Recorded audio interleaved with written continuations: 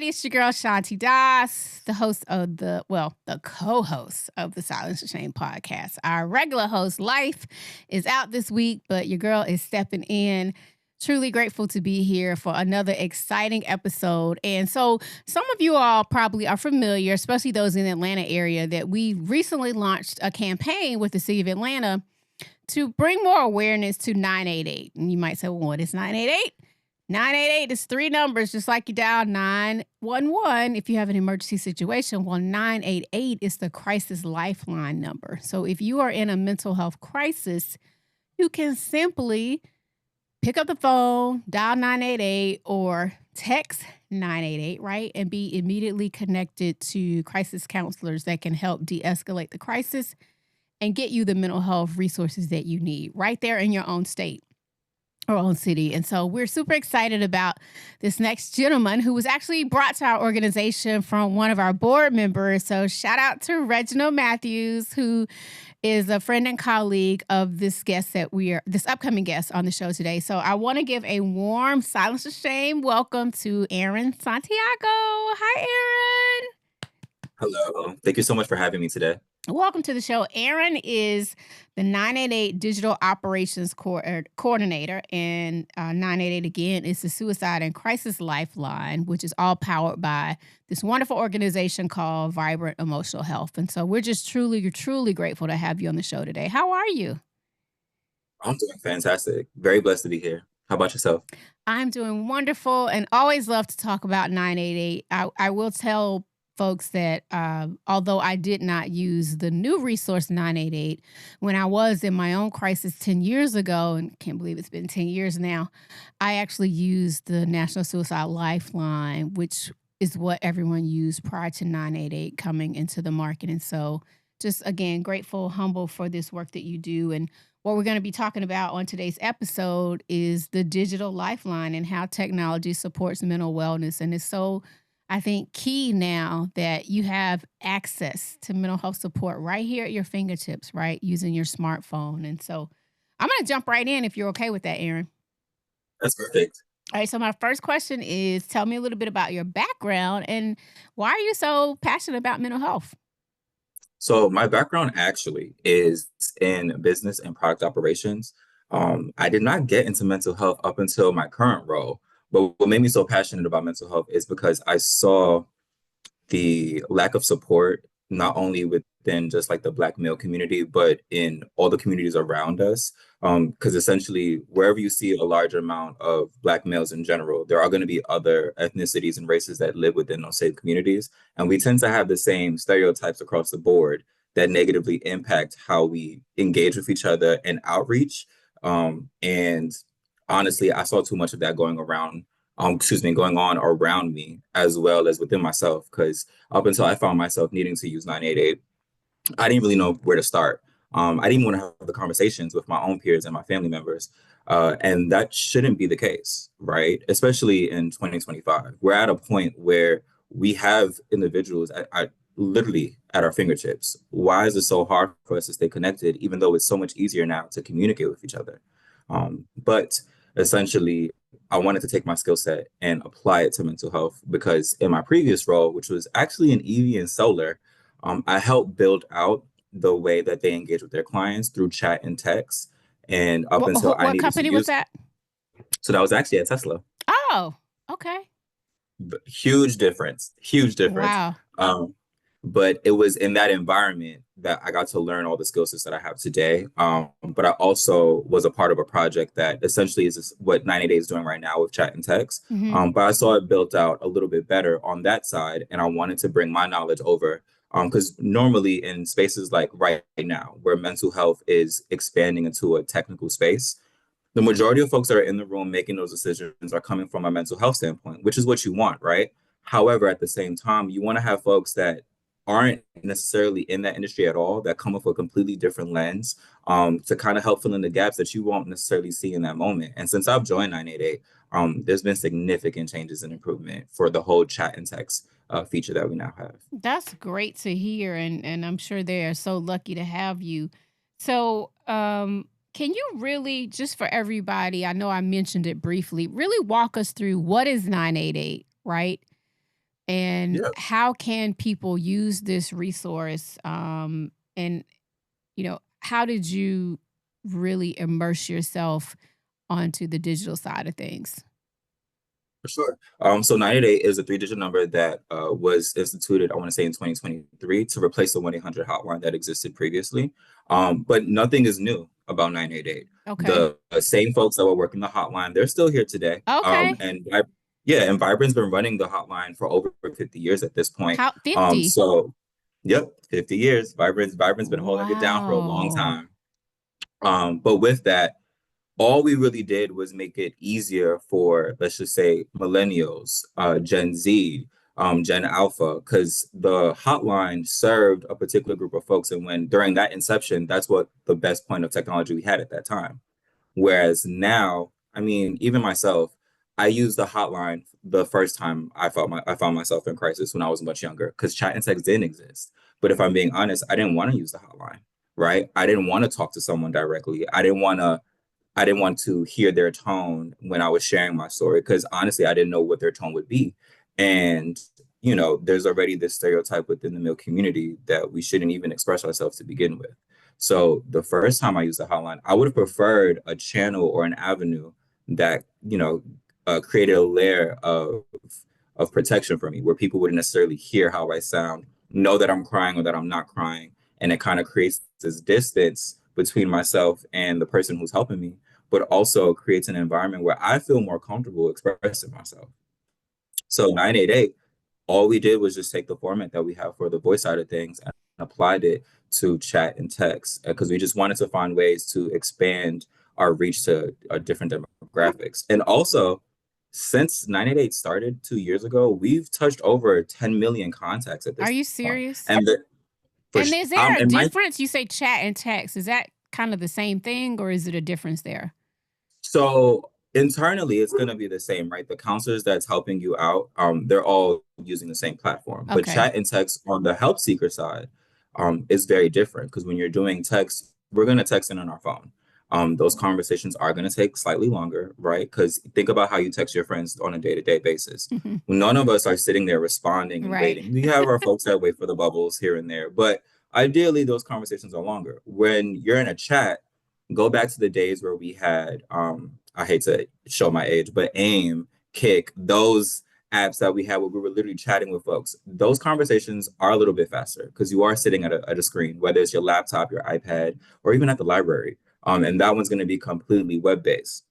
So there is a difference on how they pretty much function, but you're going to get connected to the same pool of people that want to help you, essentially. Okay. Thank you for that explanation. Now, for those that might be wondering, say if I'm going through a crisis or challenge, I pick up my phone, I just type in 988 Yeah, in my you type in, you can say any, so you'll go into 988 and you can literally type anything. You can type in help, hello, hi, it really gotcha. doesn't matter.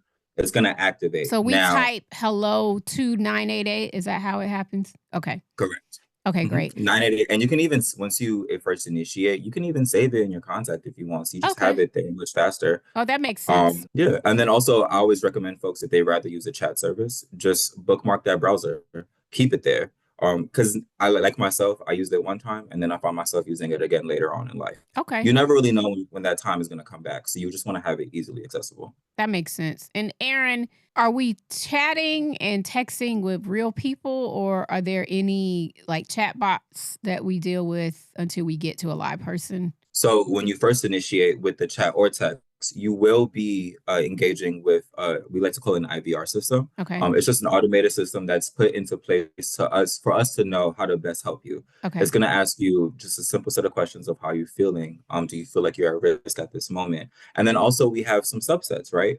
So if you would rather speak to a counselor because you are part of the LGBTQI community, there is a feature for that. If you are a veteran, Okay. there is a portion for that. Or even if you do not speak English and you only speak Spanish, if you type in ayuda, it's going to connect you to the Spanish line.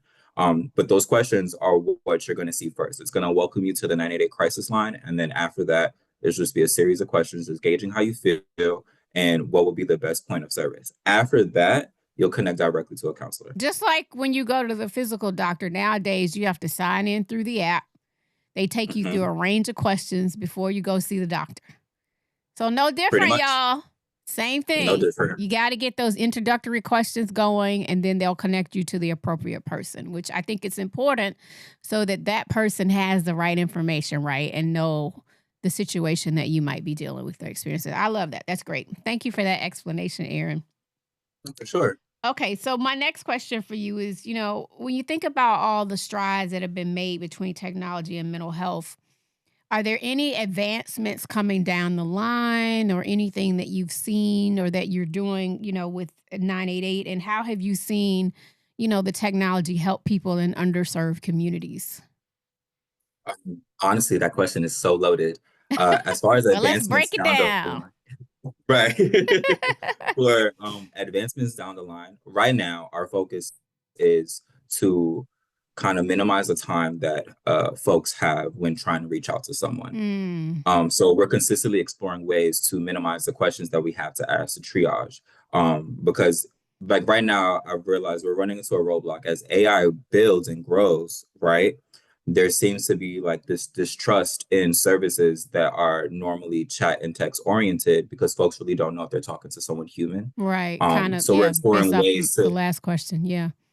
Yeah. And because of how the prompts come in, it gives the impression that, hey, there's not really a human here right now. And you don't really know when a human will come to the conversation. Mhm. So we're exploring ways to kind of change our verbiage and engage with help seekers in a different way. But as far as down the line, the possibilities are honestly endless. We've had multiple conversations about different ways to give folks access. We've even had conversations about eventually maybe we can land on an app, or maybe we can land on someone else's app. Or have partnerships with different companies and entities. We've had, of course, campaigns with major large corporations and commercials throughout time. But imagine us having a partnership with entities that are naturally built into our phone. Just to throw out random names, like imagine if we had a partnership with Apple. Imagine when you first get your phone, there's an app already in there. Not to say that that's what's happening or that's what's in the works, but the possibilities literally are endless, especially now that we've created a platform where both chat and text, but also voice and video phone services are offered on an online platform that makes it possible for us to make this available to literally everyone that has a phone. And that's something that didn't exist before. So it's hard to say like where we're going to land, because if I'm being honest, we're building a plane as we fly it, and I hate that phrase. But I know we understand what you're saying. Yeah, and it's exciting though. I will say it's super exciting because with each iteration of the platform, the features get a lot better for not only the help seekers, but also the counselors, because you want to protect their experience too. Absolutely. You want to protect their mental health as well as their bandwidth. And we always have to kind of toggle between a sweet spot, because there's features that we want to implement today that will be fantastic for everyone that's reaching out, right? But they'll be horrible to the counselors working on the other end, and it's going to cause burnout super fast. Or vice versa. We have features that we know the counselors really want, but it's going to make it much harder for the person that's reaching out for help. So that balancing act is always coming into play. But when I say the possibilities are endless, they truly are endless right now.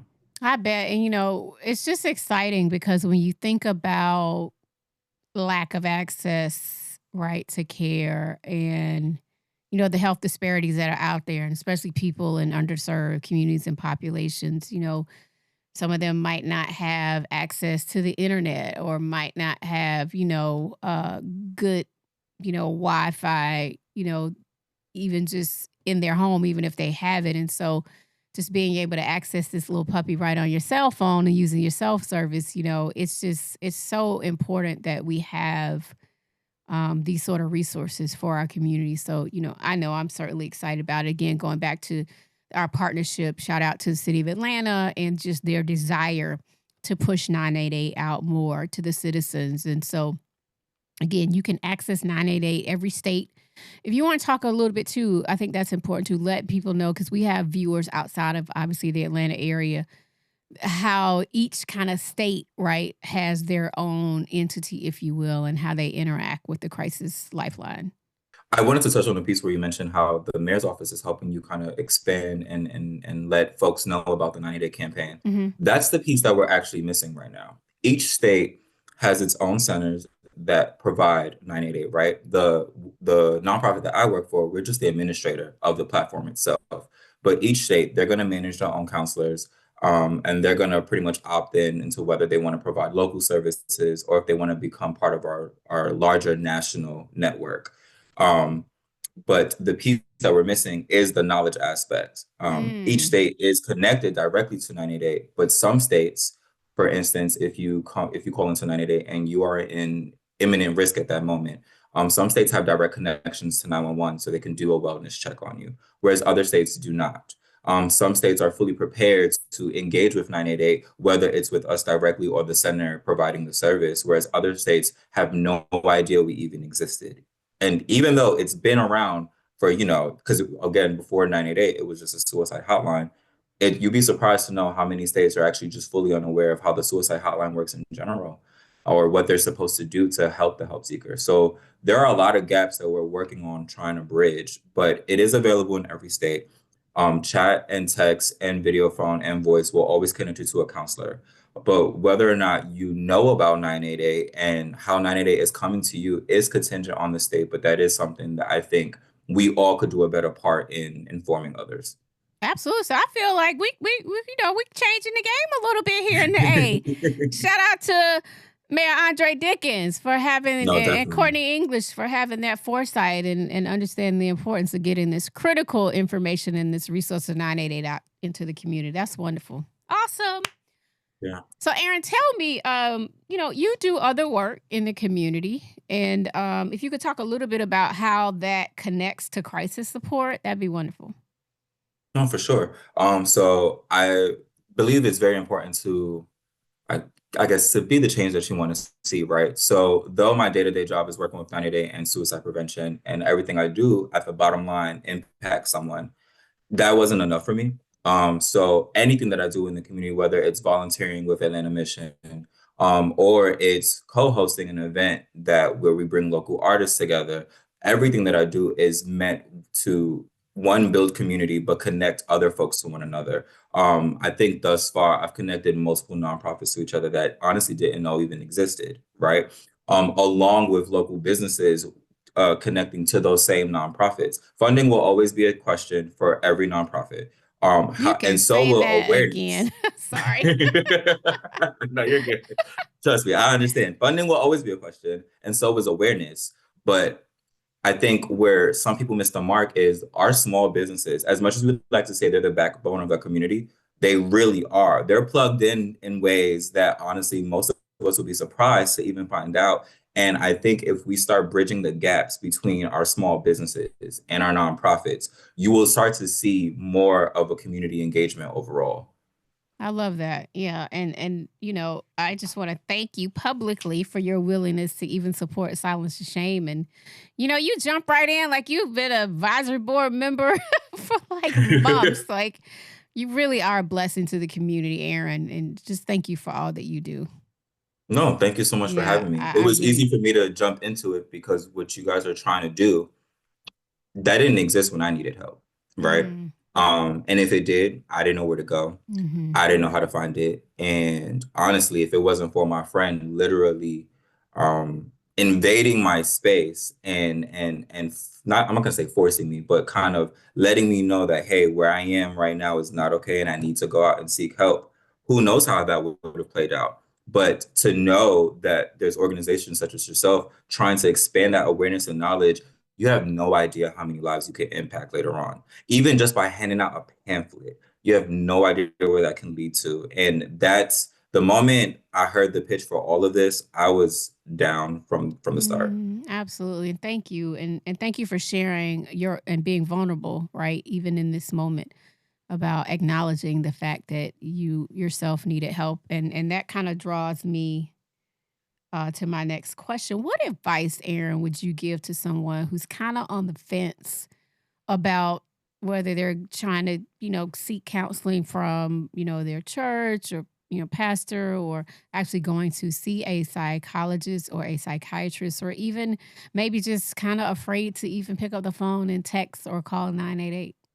I've actually been in that position where I've needed to advise folks that were they were at that point where they were not yet too far gone, but at that point where I think anyone else reaching out won't necessarily land.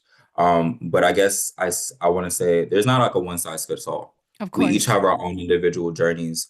And it really honestly depends on where you are in your own mental journey. But I think one thing I have said to everyone is at some point, there is something that we care about. There is someone or something that we care about, that we're passionate about. And our mood right now and the environment that's contributing to the mood, or the traumas that's contributing to the mood, whether it's friends, families, or relationships, we can't allow that to define us for the rest of our lives. At Hmm. some point, we have to take the wheel of our own journey. The same way how when we turn 18, we're thrown into the world to go into college or to go into the workforce, and it's up to us to kind of figure out what the rest of our destiny is.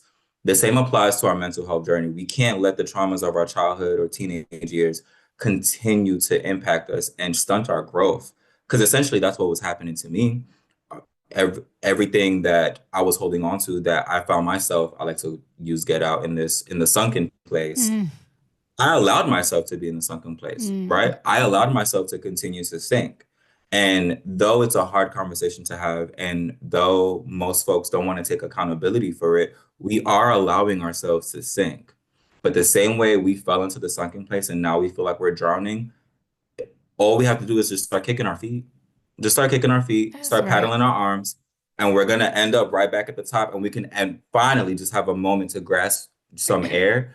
And when you decide to take that first step to acknowledge that you're in pain, most folks don't even realize you're already grasping for air at that point. You've already Mm. swam out the sunken place because you Ooh. acknowledge that you're in pain. And I think the first step is just being able to acknowledge you're in pain. Once you acknowledge you're in pain, everything else should fall into place. But it's up to us to find our sweet spot and our safe people. You don't necessarily have to directly reach out to a therapist or a counselor. Is that preferred? Yes, that's what I would want you to do, right? Right.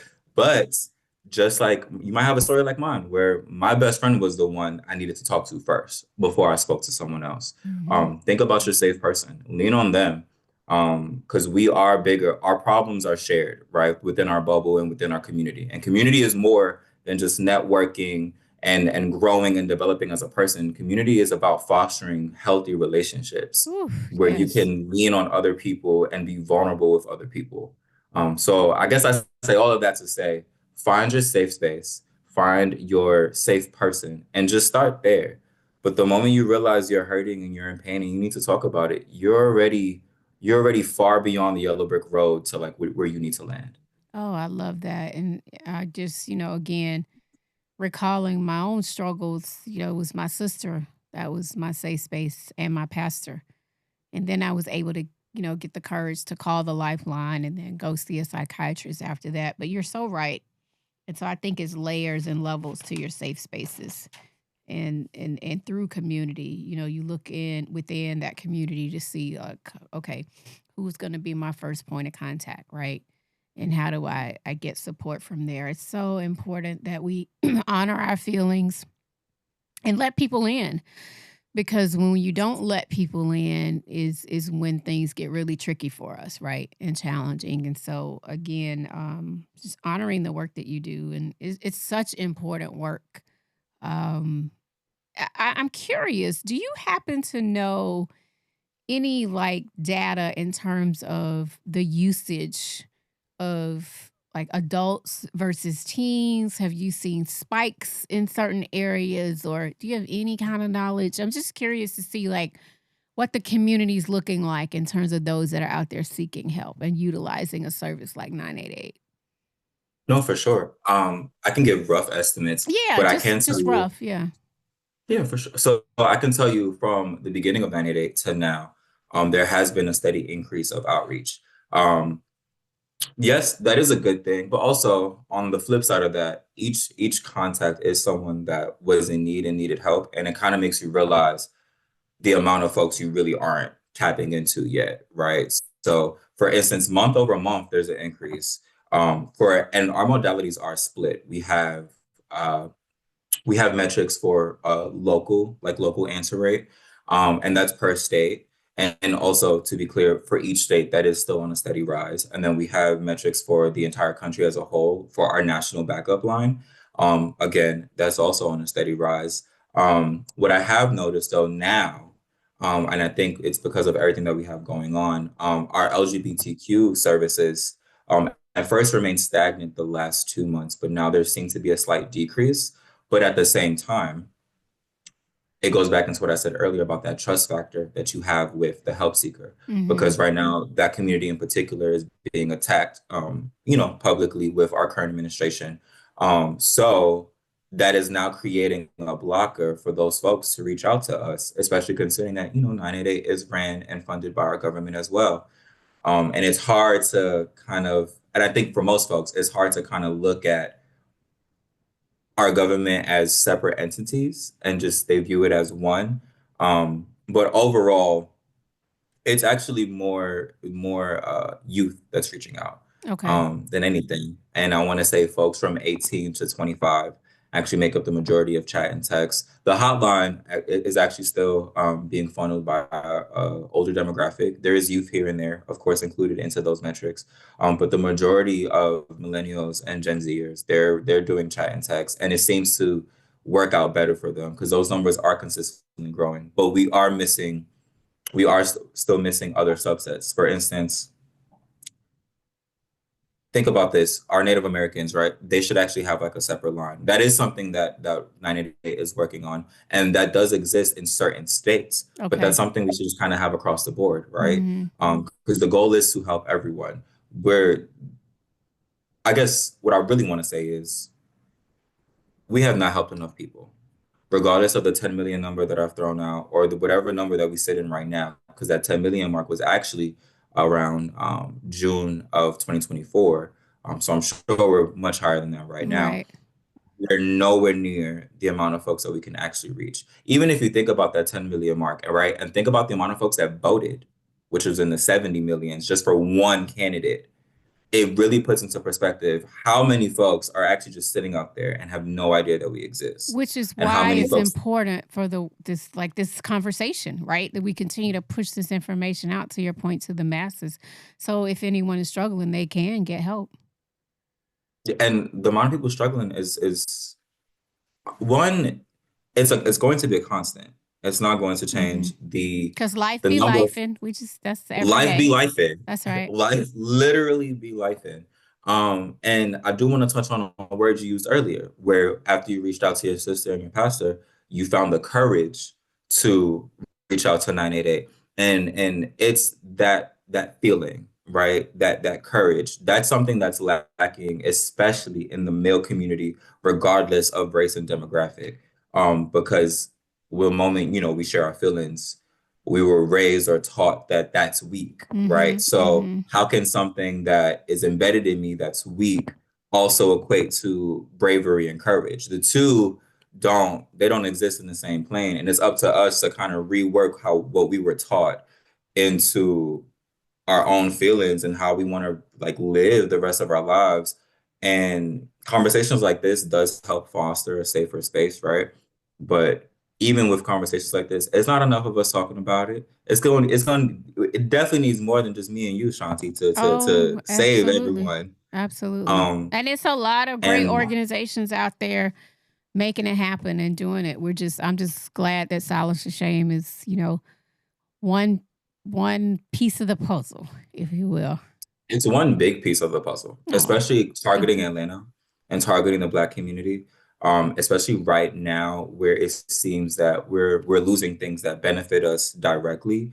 And our campaign, just to be specific so everyone knows, it's for all Atlantans in the Atlanta community. The 988 communications program is no matter who you are, we want to make sure that you know about 988. And honestly, this is the time to spread the word, right? This Absolutely. is before things start to hit the fan in these underserved communities, which will continue to be underserved, right? And it may even get worse. Right now is the time to kind of get ahead of it and to have the foresight of what people are going to need. And we have a weird capability right now that didn't exist before. We have social media. We have so many different platforms to connect with each other that we can actually literally rewrite generational trauma, and we could stop a new generation from even feeling scared to express themselves to begin with. Mm-hmm. And I think that's amazing. Absolutely. Well, I just want to thank you so much, Aaron, for giving of yourself, of your time, for the work that you put in, not only through your job and what you do with 988, but what you do in and for the community. It doesn't go unnoticed. We're truly grateful. And the one thing I just want to say to everyone, 988 doesn't replace therapy. It doesn't replace you going to see a psychiatrist, getting medication that some people may need. It may not be for everyone, but we just want you to know that 988 is here. It's a great resource. It's a really important starting point, especially if you're in crisis. And so, do you have any final words just to kind of like speak to that and just let people know again, it's a great place to start if you're in crisis? I think for the folks that are listening, if you're already listening to this podcast, you're already well within your journey to ask for help and reach out for help. And then for the folks that are a little hesitant about using 988, I think it's important to know that you don't want to feel like this anymore. The same way how I didn't want to feel the way I was feeling. And the first step to actually just putting a smile on your face a little bit more often is to just reach out. When you have those high emotions and those high feelings, that is the time to talk to someone that you don't know, that you won't have to answer to, that you won't have to see again, and just kind of get everything out. It's healthy to just get everything out. Mm-hmm. And sometimes that's what all folks need. The first time I reached out to 988, I just needed to get everything out. I didn't go directly into counseling or therapy immediately after. I just needed to get everything out. The second time, I needed more than to get everything out. And the person I spoke to was not only able to de-escalate me, but they gave me the resources of local services here in Atlanta. And keep in mind, when I was speaking with them, the way 988 worked at that time, I have a New York number. I am a transplant. I'm sorry. That's But fine. with that, but with that, I was speaking with someone who was in New York. But they were able to find resources right here in Atlanta that I was able to use the next day. You never really know what the conversation is going to be like or what you're going to say in that moment. But I can say that at the end of the conversation, if you don't at least feel better for reaching out, you will have resources to help you feel better after the conversation. And that's the least that we can have. Absolutely. Absolutely. Well, thank you again. Thank you for your work, and just your courage as well. And so, again, y'all, 988, if you know anybody in crisis or if you yourself feel like you're in crisis and need to talk to someone, you can simply pick up your phone. You can call 988 or you can text 988 and immediately be able to, chat or text or talk to someone, to get you the support you need and to lead you to those resources. We are really appreciative of the funder of the Silence and Shame podcast, which is the NFL Players Association. So shout out to the NFLPA and shout out to the city of Atlanta, who is in partnership with us with getting the information about 988 out. And again, shout out to Aaron Santiago, our amazing guest on today's podcast. If you like what you heard, please remember to like the podcast, to share, rate, subscribe on your online platforms and all audio platforms for the podcast. And again, We are a 501c3 nonprofit. And as you mentioned earlier, Aaron, funding sometimes, isn't as easy. People sometimes don't realize that nonprofits are businesses first. We have employees. You got to pay people to do the programs. And the programmatic dollars don't always support your staff. And so we need those unrestricted dollars. We need those donations, whether it's $1, $5, $100, $1,000, $1 million, whatever you may want to give. No donation is too big or small to our organization. So if you want to donate, please go to our website, www.silencetheshame.com. You can text the word silence, SILENCE, to 707070.